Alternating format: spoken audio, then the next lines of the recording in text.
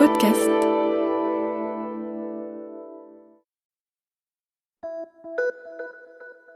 Salut, c'est Clara de Lina.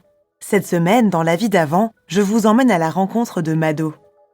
On est en 1980. Cette Parisienne de 69 ans se surnommait Mado les Beauchasses quand elle était jeune parce qu'elle avait de beaux yeux. Mado a toujours eu un faible pour les voyous. Dans les années 30 et 40, elle fréquentait le milieu où elle a même croisé Pierrot le Fou. Particulièrement violent et alcoolique, ce criminel est le premier à avoir été désigné comme ennemi public par la police. Avec sa gouaille et son argot, Mado nous projette dans le Paris interlope de l'entre-deux-guerres. Et ta freine. Qu'est-ce qu'il a fait pour ça, si on peut savoir? Oui, enfin, c'est pas... C'est-à-dire quand vous savez des petites bêtises, quoi, une petite escroquerie. Ce n'est pas grave, il ressort dans 3-4 mois, j'espère. Ah bon. Donc Oui. il n'y a pas longtemps qu'il y est. Il y a une année seulement. C'est ça, oui. C'est pas beaucoup. Oui. Mais ça lui arrive souvent, ça, de tomber comme ça, non? Vous savez, oui, assez souvent, oui, je dois dire assez souvent. En 20 ans, vous ne l'avez pas vu beaucoup, quand même, je crois. Non, je l'ai eu. Oh, non, il n'a pas sailli beaucoup mes draps. Je vous le dis tout de suite. Mado, vous êtes né dans le 13e arrondissement, je crois. Oui, on appelait ça la Butte-Caille, oui. Oui. Je suis né rue Alphand, exactement. On peut dire quand? Oui, bien sûr. Je n'ai pas honte, au contraire. Tout est à mon avantage. Le 3 septembre 1911. Oui. Qu'est-ce que faisait votre père? Mon père était maçon. Et votre maman? Maman était blanche-caille, c'est-à-dire blanche-caille, tout le monde ne peut pas comprendre. Maman était blanchisseuse. Vous aviez des frères, des sœurs? Oui, j'ai 3 frères et j'ai une sœur.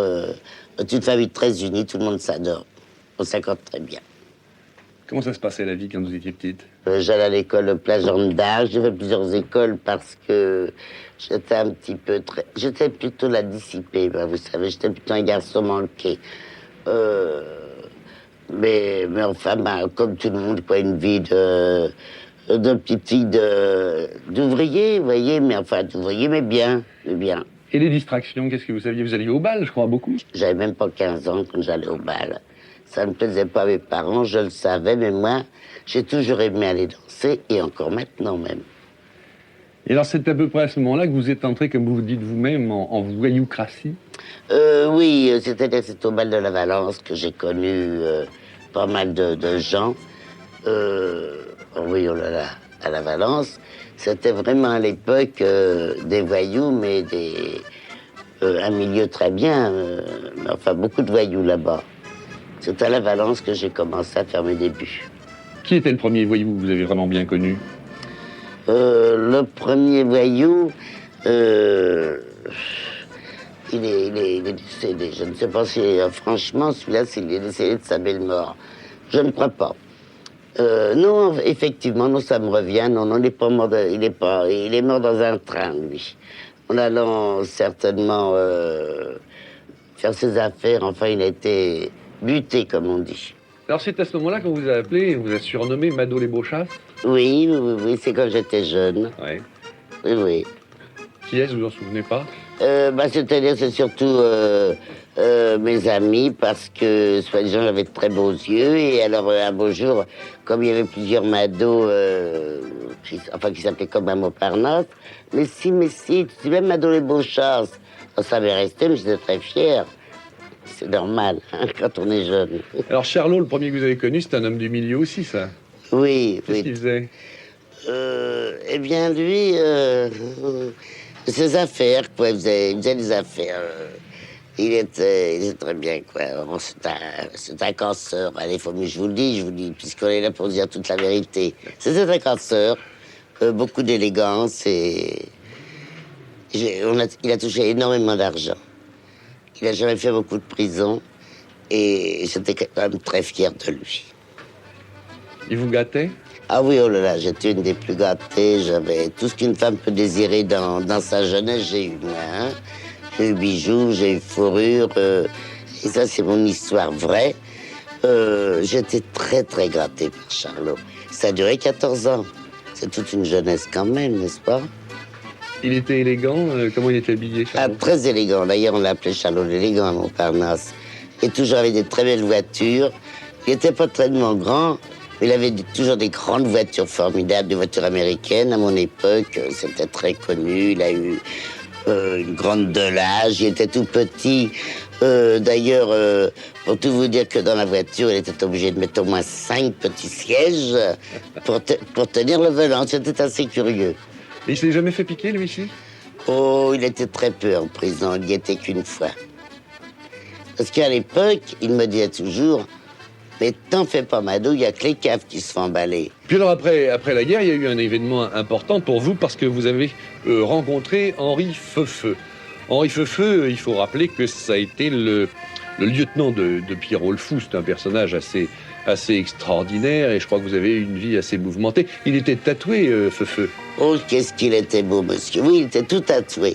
Il avait des tatouages d'abord extraordinaires.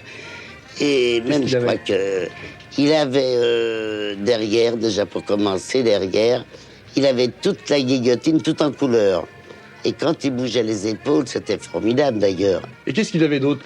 Eh bien, il avait les petits pointillés. Et alors, sur la poitrine, il avait ma tête à déblaire, tout en couleur. Hein, tout ce tatouage était en couleur. C'était merveilleux, quoi, pour moi, tout au moins, qui aimait beaucoup ça à l'époque. Oui, oui. Alors, qu'est-ce qu'il faisait, lui? Vous l'avez rencontré comment? Ah ben c'était aussi à la Valence. C'était à la Valence, rue de Valence, à Luné-Gobelin. Ouais. Voilà, c'est là que je l'ai rencontré. Comment ça s'est passé, là? Ça a été le choc à cause des tatouages? Non, parce que je voyais pas tellement les tatouages à l'époque, parce Ouais. que c'est dans les balles, ça tourne, les petits ballons, tout Ouais. ça. Mais c'était un bal musette, j'ajoute. Hein. Et alors, la première valse, oh, j'ai dit, qu'est-ce qu'il lance bien, ce gars-là. J'ai dit, me réinviter pour un tango. Mais bon, vous savez, c'était ça, c'était le... Chut. Il vous faisait signe de loin avec les doigts, tout ça, ça me plaisait. Et alors, là, quand il m'a pas invité pour un tango, j'étais déjà pas contente. Et après, c'est moi qui ai fait signe. Il était en train de danser, j'avais des yeux, j'étais émerveillée par ce garçon. Alors, je lui fais, le tango. Alors, il me dit, bon, mais vous savez, simplement, il n'était pas bicheur d'ailleurs, il était tout ce qui est de nature. Et là, j'ai fait un tango avec lui, un tango argentin terrible. Et mais je n'ai pas couché avec lui tout de suite. Hein. Oui, il fallait peut-être pas dire que j'avais couché avec, au fait, ça, c'est pas grave.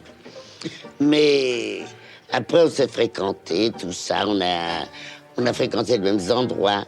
Mais lui, il avait peut-être pas envie de moi, mais moi, j'ai envie de lui. Et puis un jour, j'ai fait comprendre que j'étais très amoureuse de lui. Alors il m'a dit, moi, tu comprends, j'ai ma femme. J'ai dit, ça ne fait rien. J'ai dit, c'est sans lendemain, j'ai dit, quand même. Et voilà comment ça s'est fait avec Feufeu. Et vous saviez ce qu'il faisait comme travail? Lui, non, pas précisément, non. Non, j'ai jamais su bien ce qu'il faisait. Pas il a fait comme les autres. Hein. Il avait énormément d'argent. Je crois qu'à une époque, il jouait à les faux poulets. Comment il était habillé? Alors, il avait un pantalon à pattes d'éléphant? Un patte d'éléphant avec, je crois que c'était 6 ou 7 boutons blancs, des gros boutons blancs pour que ça se veille bien. Et puis, alors, il avait une casquette. Alors ça, c'était terrible, avec une visière. C'était très bien porté, d'ailleurs, à l'époque. On appelait ça une garpette. Hein. Enfin, il faut mieux dire une casquette, c'est quand même plus élégant. Avec une visière. C'était, voilà, alors ça, c'était vraiment les voyous. Et dedans, il avait un jonc pour tenir le... Pour tenir un jonc, pour tenir la casquette, pour qu'elle soit très droite. Quand est-ce que vous avez su qu'il travaillait avec Pierrot le Fou? Je l'ai su parce que un jour, je suis allé dans un bar à Montparnasse et j'ai vu toute cette petite bande qui joue au poker. Et j'entendais qu'il disait Pierrot, Pierrot. Et moi, je dis, il est pas mal non plus, ce garçon. Effectivement, il est un grand beau garçon aussi, celui-là. Mais enfin, c'est tout pour moi. Et j'étais assis à côté de Feufeu, et il me dit, tu vois celui-là, comment on l'appelle? Non, je ne sais pas. Mais il me dit, on l'appelle Pierrot le Fou. Moi, j'ai n'a pas l'air dingue, pourtant. Mais il me dit, oui, mais tu comprends rien.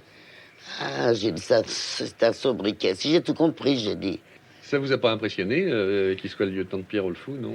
Ah non, pas du tout, non. Mais après, quand on l'a pourchassé comme ça et tout ça... C'est-à-dire que...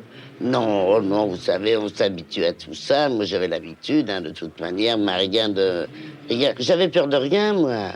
Si vous avez peur, vous fréquentez pas ce milieu-là, monsieur. La réalité de ce milieu n'a rien de glamour. Mais pour Mado, comme pour d'autres femmes encore aujourd'hui, le charme des bad guys opère toujours. Voilà, c'est la fin de cet épisode de La vie d'avant, produit par Lina. N'hésitez pas à nous mettre 5 étoiles s'il vous a plu, et abonnez-vous pour ne louper aucun épisode sur votre plateforme d'écoute préférée. On se retrouve la semaine prochaine pour un nouvel épisode de La vie d'avant.